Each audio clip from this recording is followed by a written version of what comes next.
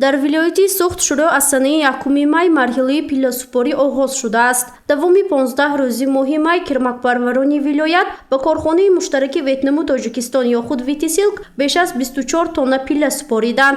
در این باره علیشیر میرخالقов نماینده جمعیت سهامی پوشیده پیله تاجیک در ولایت سوخت صبح امروز سنه 16 مای اطلاع داد و تاکید کرد که از آغاز مرحله پیله سپاری اولین شده کرمکپرورانی شهر و ناحیه‌های کنیبادام، باباجان، غفروف و سپیتامین با کارخانه مشترک ویتیسیلک پیله سپاریدند.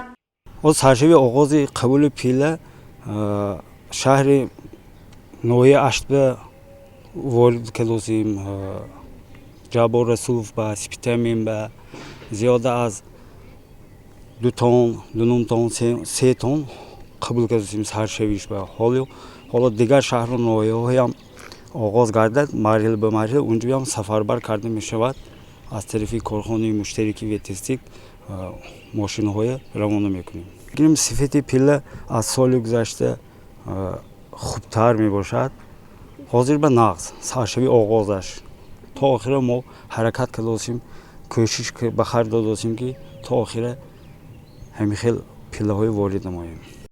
سال روان در عموم 8744 قطعه تخمی خوش‌صفت از ولایت فرغانه جمهوری ازبکستان به ولایت سوخت وارد کرده شده است. از روی تحلیل متخصصان ساحه سال جاری تعداد و صفت پیله نسبت به سال گذشته زیاد می باشد. تا امروز در کارخانه مشترک ویتیسیلک بیش از 24 تن پیله کار کرد و استحصال کرده شد. تاکید گردید که از آغاز مرحله پیله سپاری در ولایت سوخت حالا تنها 4 شهر و نواحی کرمکپروری ولایت با کارخانه مشترک ویتیسیلک پیله سپاریدند. کرمکپرورانی ناحیه‌های دوردستی ولایت باشند بعد 10-15 روز دیگر به پیله سپاری شروع میکنند.